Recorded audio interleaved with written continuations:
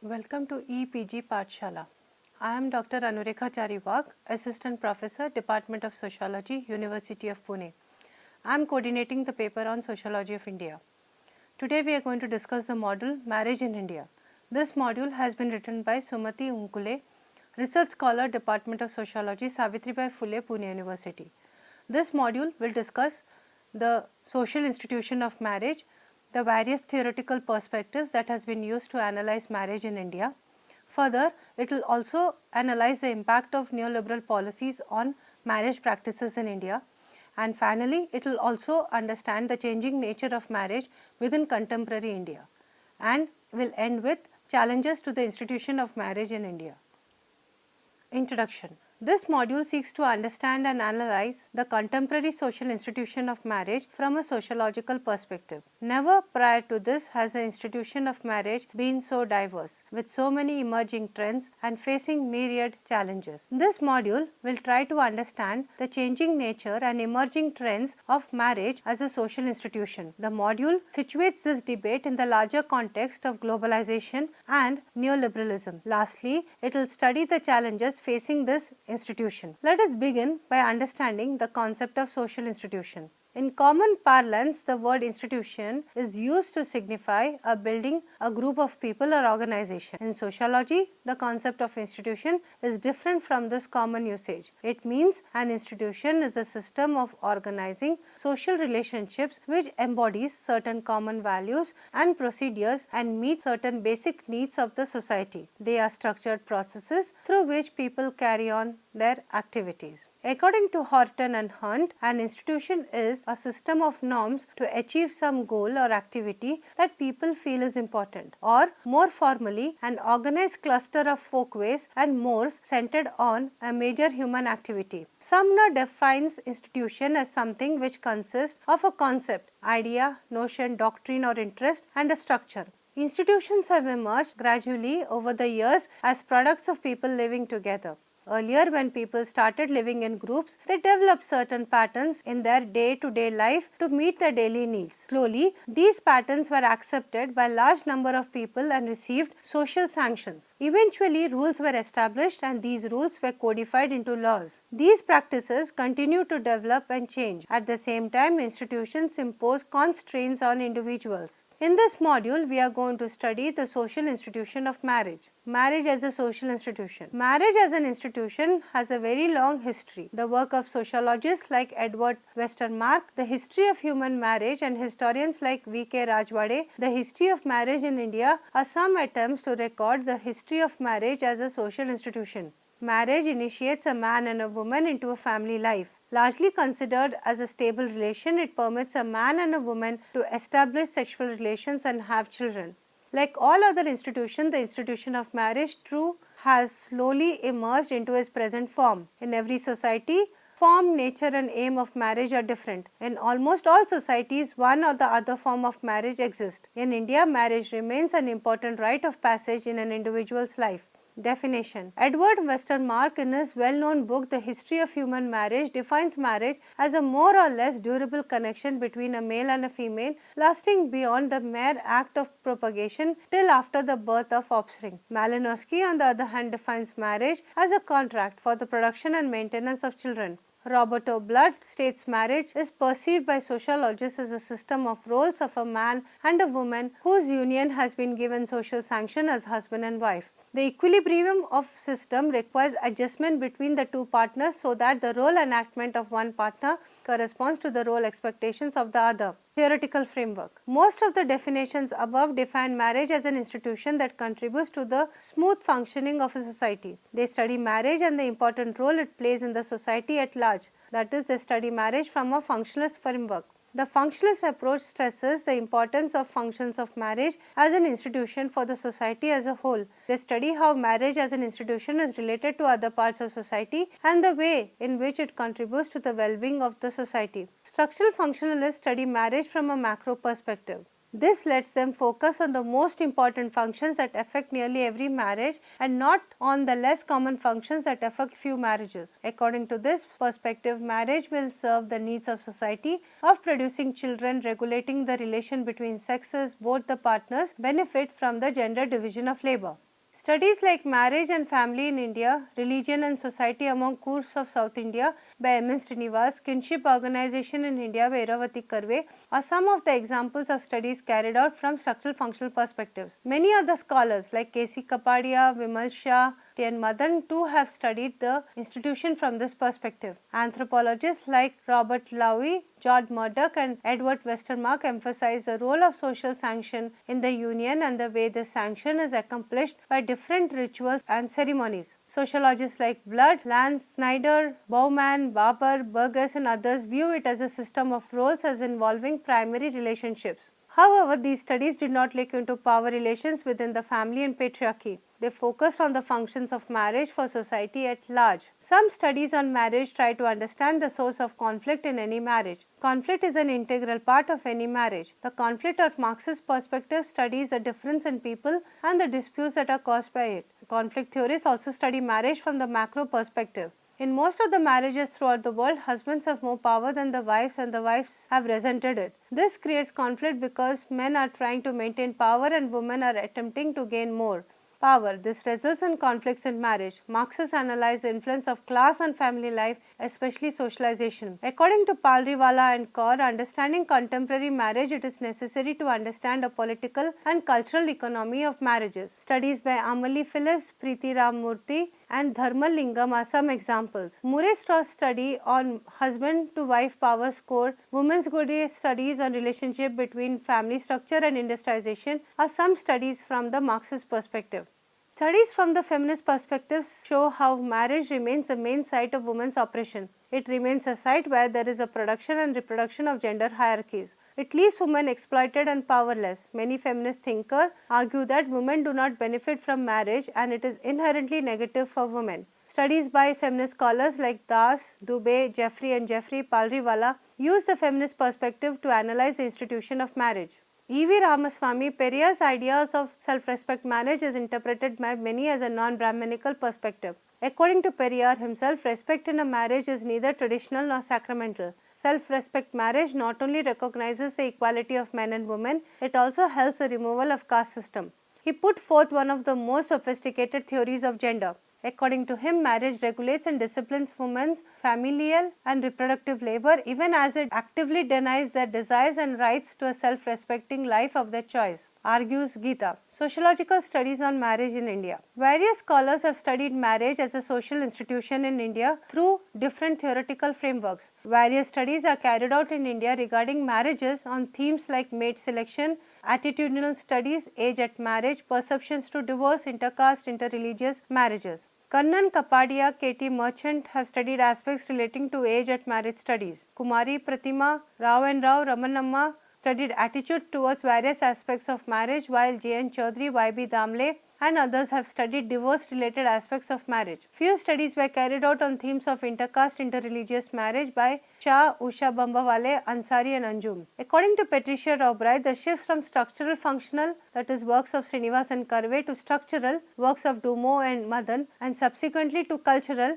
Indian Nicholas Das frameworks led to new analytical insights. Recently, there has been growing studies on various aspects of marriage in the context of globalization. Post-globalized India has led to various changes in every aspect of the institution of marriage and new trends are visible. Transnational migrations and marriage, honor killing, shifts in conceptualization of marriage, change in mate selection process, kinship support in changing contexts, and role of technology are some of the emerging themes in sociology of marriage. Forms of marriage in contemporary India.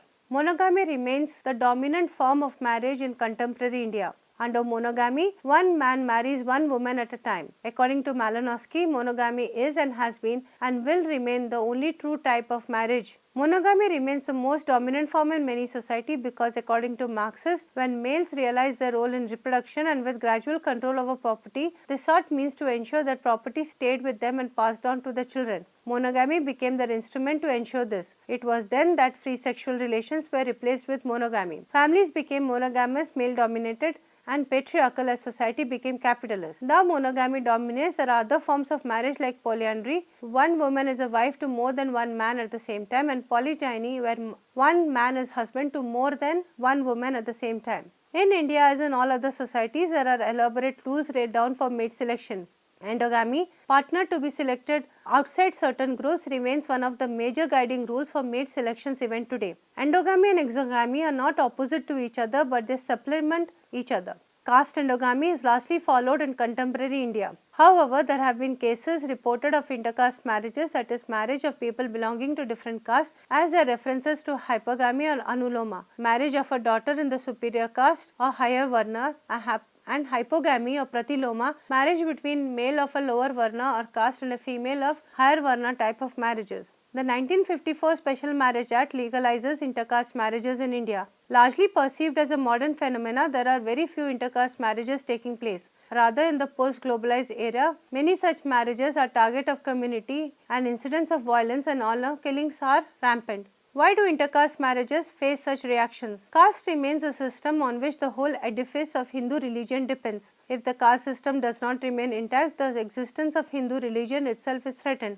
Therefore, it is important that only endogamous marriages are practiced. Dr. Ambedkar has rightly pointed out that women are the gateways to the caste system. Existence and purity of any caste depends on the women in that community, that is, upon the reproductive powers of women. Thus, there is an increasing dissent and violence against intercaste marriages taking place in India. Prem Chaudhary, in her work on North India, addresses the issue of contentious couple who refuse to get married according to family wishes and widespread violence against them. In her work, she highlights how the state works in unison with caste, gender and patriarchy. She says kinship linkages provided by marriage, legitimacy and relations established through marriage give a caste group its strength, recognition and leverage in wider society and polity, and in fact to the very process of production and political economy. Therefore, if there are any instances of marriage that upsets these arrangements, they are dealt with extreme violence. Another endogamous norm in mate selection is that of religion. Though there have been some incidents of interreligious marriages in India, they are minuscule in number. Through the Special Marriage Act 1954 allows a man and a woman belonging to different religion to marry and to retain their own religion even after marriage, yet we find most of the women in such marriages convert to the religion of her husband. In spite of having legal sanctions to such marriage, in practice such married couples are socially ostracized, left with no family support and at times killed by family or society members at large. The communalists and fundamentalists perceive interreligious marriages as a threat for their survival. To combat this, they follow a multi-pronged policy to enforce endogamous marriages. They follow various tactics, right from ideologically insisting on endogamous marriages to violently coercing them. A pamphlet distributed by Babu Bajrangi's Navchetan Trust, a communal organization in Gujarat which calls itself a social work organization, stated, "If you rescue one girl, it is same as saving 100 cows. One daughter equals 100 holy cows." In the era of globalization, when a sense of rootlessness and alienation is becoming severe, violence over issues of religion and identities are becoming more acute. Thus, we also see this modern phenomena of globalization has pre-modern implications for women as their sexuality is being redefined, especially through the institution of marriage. Another form of relationships that are increasingly becoming popular, especially in metropolitan cities in India, is live-in relationship. These relations means living together and establishing a sexual relation without marriage.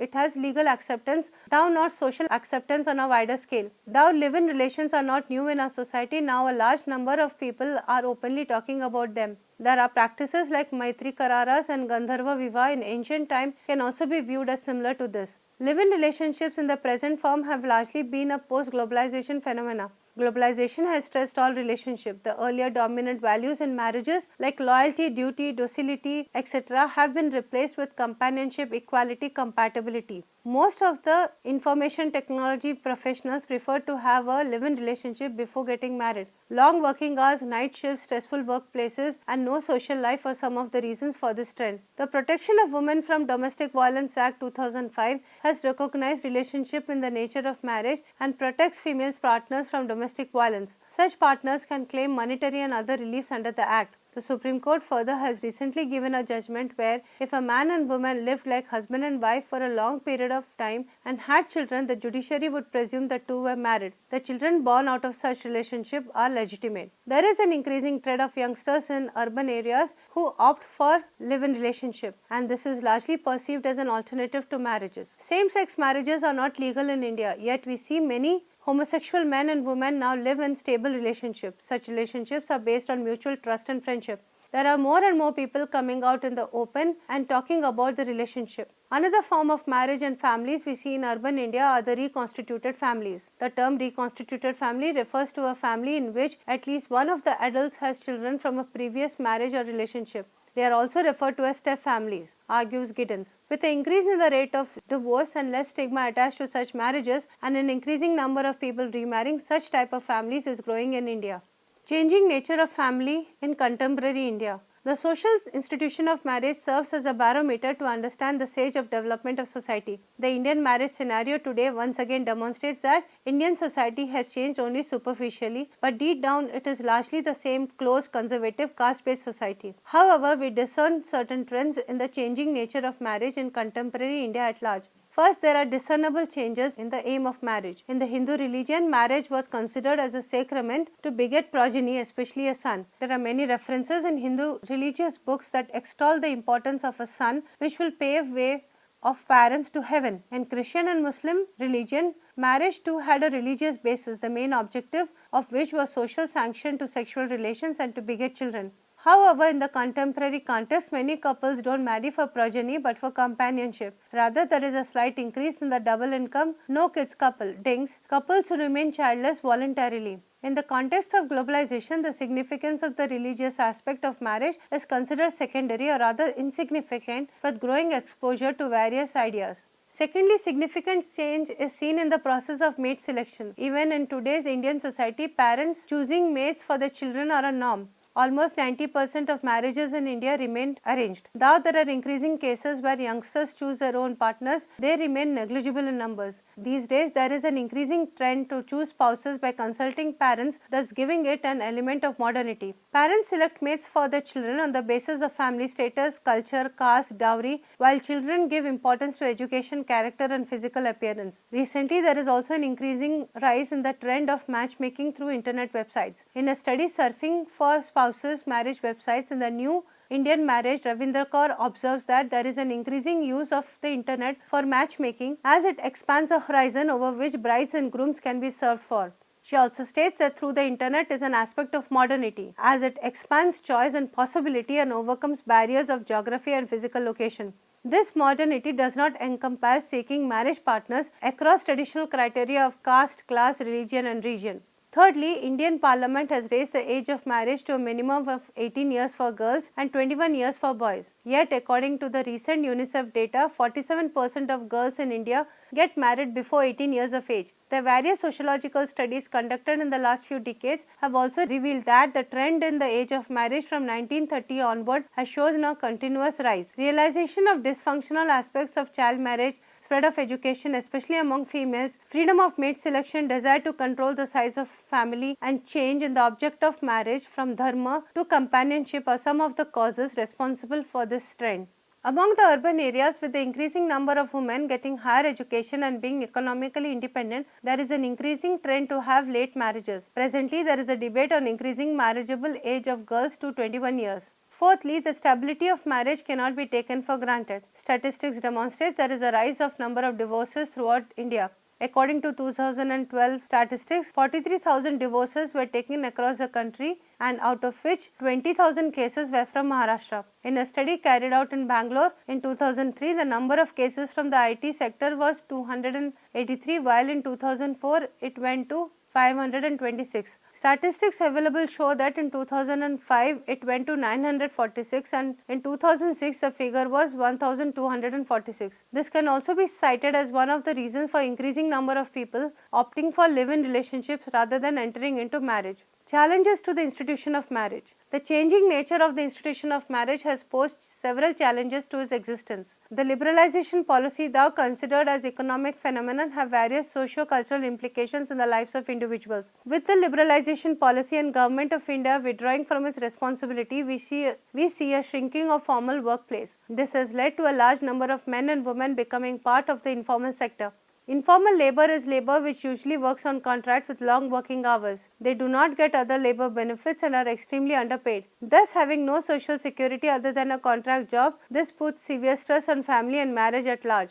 Women are now increasingly participating in the job market and also form a large part of the informal labor. However, the women work outside the roles and responsibilities within the home do not undergo any change. As a result, they work in double shifts, that is, both inside and outside the home. This adds to the stress in marriage as men do not contribute to the household work. As women are becoming increasingly economically self-independent, they do not suffer unjust treatment meted out to them from their in-laws. Disintegration of joint family to nuclear family forces the couple to rely on specialized agencies in day-to-day work or on friends and extended family. Presently, there are specialized agencies like daycare centers for children and old, activity classes, counselors, which aids couples for smooth functioning of day-to-day affairs. It should be noted that there are increasing number of baby crashes that are providing 24-hour services, which is in response to working women who work in shifts at call centers or MNCs. Marital counselors are increasingly in demand in urban areas. Earlier, parents and relatives played a crucial role in the case of marital crises, but in the last 3 decades, the nature of marriage has undergone so many changes that they are unable to grasp the complexity of contemporary marriage. As a result, a specialized professional counselor is needed. Summary. The above sections deal with the sociological concept of social institution and marriage as a social institution in India. It seeks to analyze and understand the contemporary social situation of marriage, the diversity of marriage in contemporary India and its changing nature. Lastly, it discusses the challenges faced by marriage as a social institution in contemporary India. After discussing marriage in India, especially the challenges faced by the institution of marriages in contemporary India, one sees that increasingly the primordial identities such as caste are playing an increasing role in mate selection, especially the ideas related to honor killing, where men and women both are subjected to great deal of violence if they marry outside the caste, is a matter of great concern. And this has also been reflected in popular cinema such as the recent movie in Marathi called Sairad. What is interesting to note is we have to deal with these issues and we have to debate, and Prem Chodhi's work in terms of eloping couples is also a very interesting take on understanding how honor killings operates within the intersections of patriarchy, class, caste within India. Thank you.